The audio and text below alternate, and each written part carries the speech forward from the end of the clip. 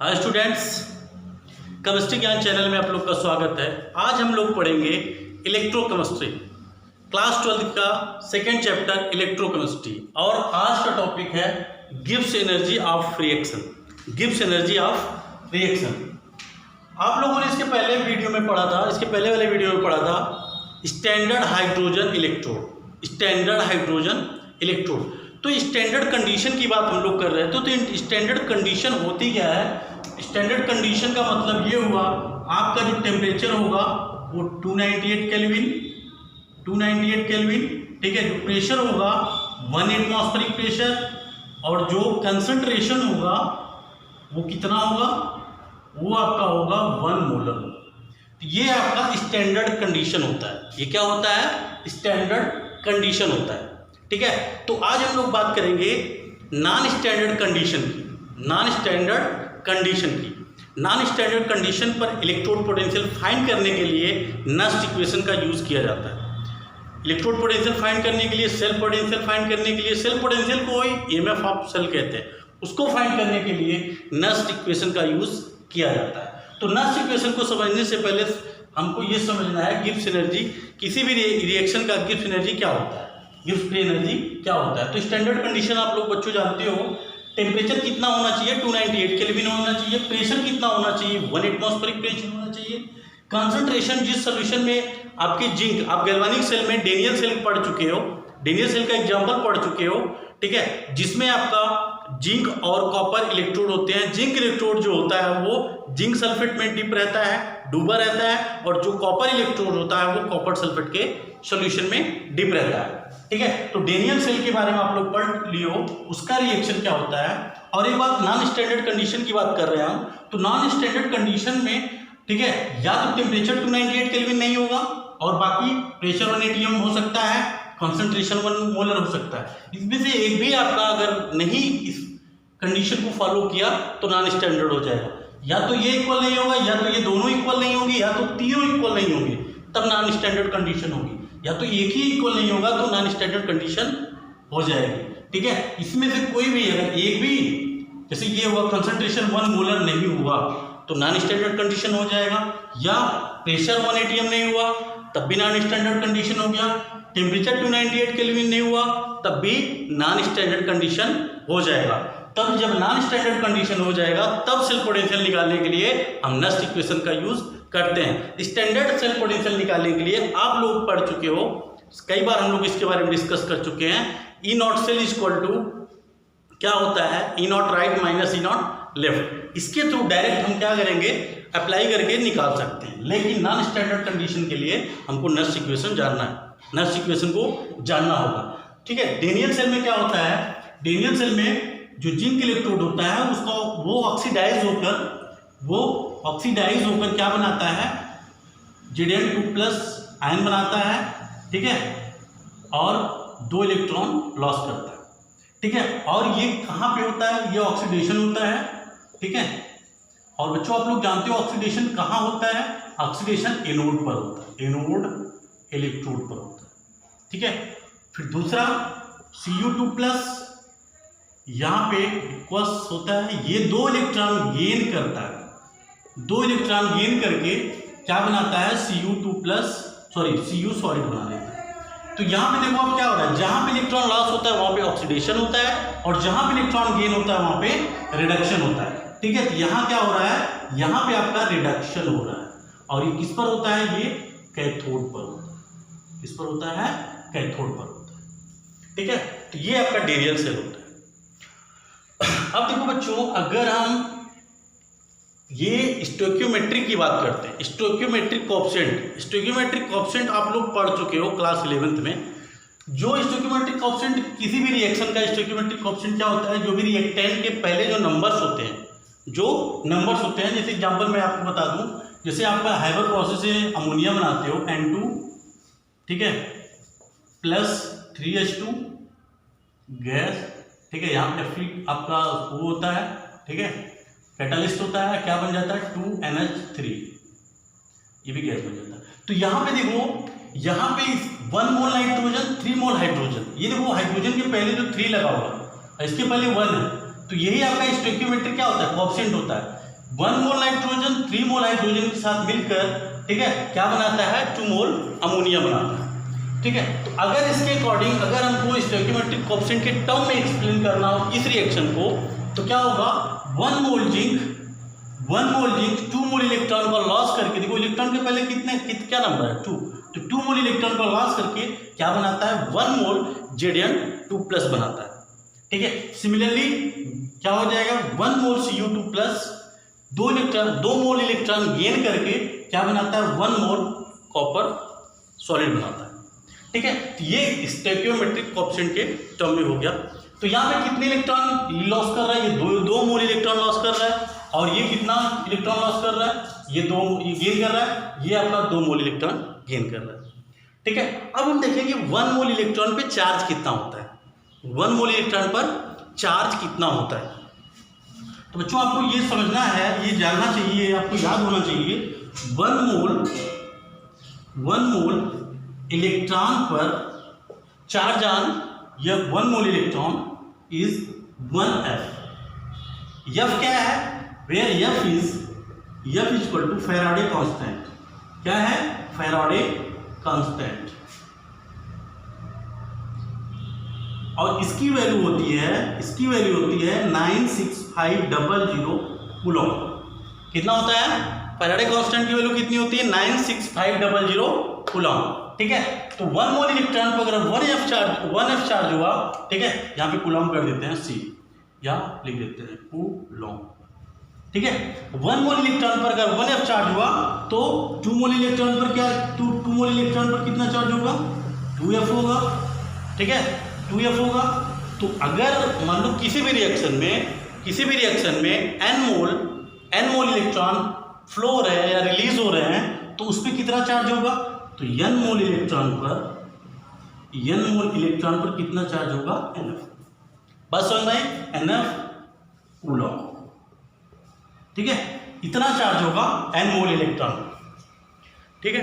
अब देखो galvanic cell की बात कर रहे हैं या इलेक्ट्रोकेमिकल सेल की बात कर रहे हैं, तो जो इलेक्ट्रोकेमिकल सेल होता है उसमें स्पॉन्टेनियस रिडॉक्स रिएक्शन होता है। स्पॉन्टेनियस का मतलब क्या होता है, जो अपने आप हो उसको स्पॉन्टेनियस कहते हैं। जो रिडॉक्स रिएक्शन अपने आप हो जाए, सेल्फ हो जाए, उसको स्पॉन्टेनियस रिडॉक्स रिएक्शन कहते हैं। तो जितने भी इलेक्ट्रोकेमिकल सेल होते हैं उसमें स्पॉन्टेनियस रिडॉक्स रिएक्शन होता है, ठीक है। तो हम गैल्वेनिक सेल की बात कर रहे हैं, तो इसमें क्या होता है, सेल के द्वारा जो वर्क किया जाता है, सेल के द्वारा जो वर्क किया जाता है, ये work is done by cell, ठीक है। ऐसा नहीं, जैसे मान लो एग्जांपल क्या है कि जो भी इन्वर्टर की बैटरी होती है, जो लाइट कटती है तो देखो उसमें केमिकल रिएक्शन क्या होता है, स्टार्ट हो जाता है। ऐसा नहीं है कि उसमें हम अलग से प्रेशर या अलग से टेम्परेचर या फिर एक्सटर्नल कुछ उसमें ऐड करते, नहीं करते, क्योंकि वो हम लोग जानते हैं वो क्या होता है, वो आपका स्पॉन्टेनियस होता है, उसमें रिएक्शन सेल्फ हो जाता है, ठीक है। तो जब सेल्फ हो जाता है, और देखो गिब्स एनर्जी क्या होती है, गिब्स फ्री एनर्जी क्या होती है, जो एनर्जी क्या हो यूज की जाए, जो एनर्जी किसी दूसरे के द्वारा, जैसे मैं क्या कर रहा हूँ, एक टीचर है वो एनर्जी दे रहा है, या अब बैटरी का मान लो, जो इन्वर्टर की बैटरी है, इन्वर्टर की जो बैटरी है वो क्या कर रहा है, वो केमिकल एनर्जी को, जो स्पॉन्टेनियस रिडॉक्स रिएक्शन जो केमिकल एनर्जी है, ठीक है, जो स्पॉन्टेनियस रिडॉक्स रिएक्शन से जो केमिकल एनर्जी रिलीज हो रही है, उसका यूज हम कर रहे हैं। उसका यूज कैसे कर रहे हैं, एज ए इलेक्ट्रिकल एनर्जी कर रहे हैं, ठीक है। जो बैटरी की एनर्जी हम उसको कैसे कर रहे हैं, उसकी केमिकल एनर्जी को as a electrical energy use कर रहे हैं। तो इसी को क्या कहते हैं, गिब्स फ्री एनर्जी कहते हैं। जो जैसे हम लोग की एनर्जी क्या है, जैसे टीचर आपको पढ़ाता है तो उसकी एनर्जी आप कैसे यूज करते हो, एज ए कॉन्सेप्ट यूज करते हो, तो ये भी क्या है, गिब्स फ्री एनर्जी है, ठीक है। तो जो सेल के द्वारा, और देखो जैसे मान लो एनर्जी जैसे रिलीज हो रही है, जैसे यूज होता है, एनर्जी जैसे यूज हो रही है, तो एनर्जी क्या होगा, डिक्रीज होगा कि इंक्रीज होगा। मान लो आप मोबाइल, एक कॉमन एग्जांपल देखते हैं, ठीक है। मान लो आपकी मोबाइल की बैटरी फुल चार्ज है, तो उस पर आप क्या गेम खेल रहे हो, कुछ भी खेल रहे हो, व्हाट्सअप चला रहे हो, फेसबुक चला रहे हो, ठीक है। तो धीरे धीरे देखोगे क्या होगा, आपकी बैटरी की जो एनर्जी होगी वो डिक्रीज होती जाएगी, जो एनर्जी होगी वो डिक्रीज होती जाएगी। इसका मतलब ये कोई भी जैसे हम भी जैसे एनर्जी से पढ़ा रहे हैं, कुछ टाइम बाद क्या होगा कि एनर्जी हमारी डिक्रीज होती जाएगी। अब बाइक ले लो, ठीक है, किसी की एनर्जी क्या होती है, धीरे धीरे डिक्रीज होने लगती है। तो इसका मतलब जो एनर्जी डिक्रीज हो रही है उसको गिब्स एनर्जी, हम उस एनर्जी को क्या कहते हैं, बैटरी है, इन्वर्टर की बैटरी है, ठीक है, जो इन्वर्टर की बैटरी है, देखो जैसे जैसे इलेक्ट्रिकल एनर्जी यूज होता है उसकी क्या होती है, एनर्जी यूज होता है, उसकी एनर्जी क्या होती है, डिक्रीज होने लगती है, या इन्वर्टर आपका बैठ जाता है। तो इसका मतलब ये हुआ उसकी एनर्जी लॉस हो रही है, उसकी एनर्जी जो उसकी गिब्स एनर्जी थी, गिब्स फ्री एनर्जी थी, वो क्या हो रही है, लॉस हो रही है। तो गिब्स एनर्जी क्या होगी, निगेटिव में होगी। तो गिब्स एनर्जी क्या होगी, निगेटिव में होगी, ठीक है, गिब्स एनर्जी आपका निगेटिव होगी, ठीक है, गिब्स एनर्जी क्या होगी, निगेटिव होगी। और जो देखो वर्क किया जा रहा है, और जो गिब्स एनर्जी होता है इसको delta G, capital delta G से डिनोट करते हैं, ठीक है। गिब्स एनर्जी को कैसे डिनोट करते हैं, डेल्टा जी से। और ये निगेटिव क्यों होता है मैंने बता दिया, क्योंकि क्या होती है, इसकी एनर्जी डिक्रीज होती है। अगर कोई पूछे निगेटिव क्यों होता है, क्योंकि जो गिब्स फ्री एनर्जी होती है, जैसे जैसे इसकी एनर्जी का यूज होता है इसकी एनर्जी डिक्रीज होती जाती है, ठीक है। अब देखो जो सेल के द्वारा वर्क किया जा रहा है, जो सेल के द्वारा वर्क किया जा रहा है, work is done by cell, work is done by cell, work is done by cell, ठीक है, is known, cell is known as Gibbs energy.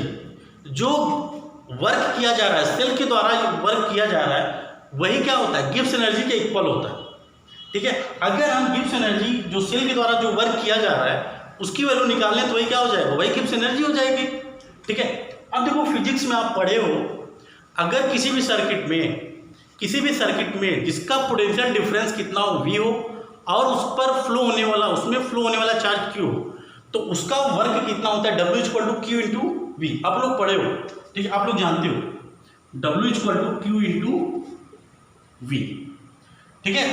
और ये W किसके इक्वल है, ये वर्क गिब्स एनर्जी के इक्वल है, गिब्स एनर्जी के इक्वल जो सेल के द्वारा किया जाता है। तो इसके इक्वल यही जो वर्क है, यही गिब्स एनर्जी के इक्वल होता है जो हम यूज करते हैं। जो कोई भी ये क्या होता है जो यूज करता है उसी को क्या कहते हैं, गिब्स फ्री एनर्जी के। अब देखो Q, ये जो Q है इसकी वैल्यू यही चार्ज है ना, n मोल पर कितना, n मोल इलेक्ट्रॉन पर कितना चार्ज है, Q = NF कूलम, ठीक है।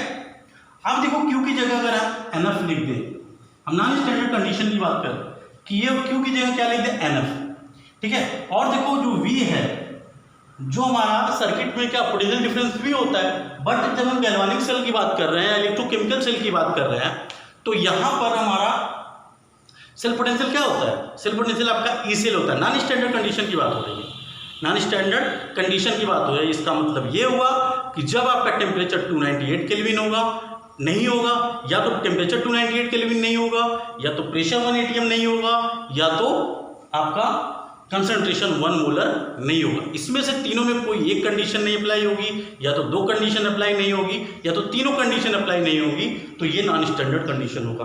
उस समय नॉन स्टैंडर्ड कंडीशन में V = क्या हो जाएगा, ई सेल हो जाएगा, V = क्या हो जाएगा, ई सेल हो जाएगा। तो यहाँ पे देखो W = Q × V, तो V = क्या है, ई सेल है, तो V की जगह क्या रख देंगे हम, ई सेल रख देंगे। ई सेल क्या है, सेल पोटेंशियल है, क्या है, सेल पोटेंशियल है, ठीक है। तो इतना आप लोग समझ गए।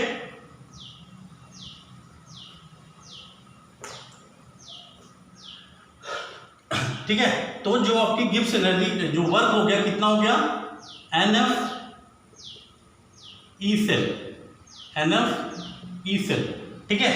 तो ये हो गया NF ई सेल, यही आपका वर्क किया जा रहा है, यही आपकी ये सेल के द्वारा वर्क किया जा रहा है, ठीक है। अब देखो ये नॉन स्टैंडर्ड, अगर यहाँ पे स्टैंडर्ड कंडीशन के लिए टेम्परेचर कितना होगा 298 केल्विन, प्रेशर कितना होगा 1 atm, और कंसंट्रेशन कितना होगा = 1 मोल होगा, तो उस समय W = क्या हो जाएगा, NF E0 सेल। ये आपका वर्क हुआ, ये आपका वर्क हुआ, ये नॉन स्टैंडर्ड कंडीशन में वर्क हुआ सेल के द्वारा और ये स्टैंडर्ड कंडीशन में सेल के द्वारा वर्क हुआ। अब देखो गिब्स एनर्जी मैंने बताया, जो गिब्स एनर्जी है वही क्या है, वही सेल के द्वारा जो वर्क किया जाता है उसके इक्वल है। तो W इक्वल टू क्या हो जाएगा, W equal to Gibbs energy, ठीक है। और गिब्स एनर्जी आप जानते हो क्या होता है, निगेटिव होता है। गिब्स एनर्जी क्या होता है, निगेटिव होता है, ठीक है। तो गिब्स एनर्जी इक्वल टू क्या हो जाएगा, गिब्स एनर्जी इक्वल टू हो जाएगा या माइनस डेल्टा जी, यहाँ पे आप लिख दो। तो गिब्स एनर्जी इक्वल टू या डेल्टा जी इक्वल टू हो जाएगा आपका माइनस, ये साइन माइनस इधर आ जाएगा, माइनस W, ठीक है, माइनस W। और देखो आपका W कितना है, यहाँ पे W कितना है, W है आपका, ठीक है। क्या हो जाएगा W equal to W non standard condition के लिए NF E cell, NF E cell, ठीक है। ये डेल्टा जी की वैल्यू हो गई, ये क्या हो गई, डेल्टा जी की वैल्यू, ठीक है। मोस्ट इंपॉर्टेंट है, आपको पता होना चाहिए delta G non standard condition में क्या होगा, NF E सेल। N क्या है, नंबर ऑफ मोल्स है, F क्या है, फैराडे कांस्टेंट है जिसकी वैल्यू कितनी होती है 96500 कूलम। ई सेल क्या है, सेल पोटेंशियल है, ठीक है, डेल्टा जी।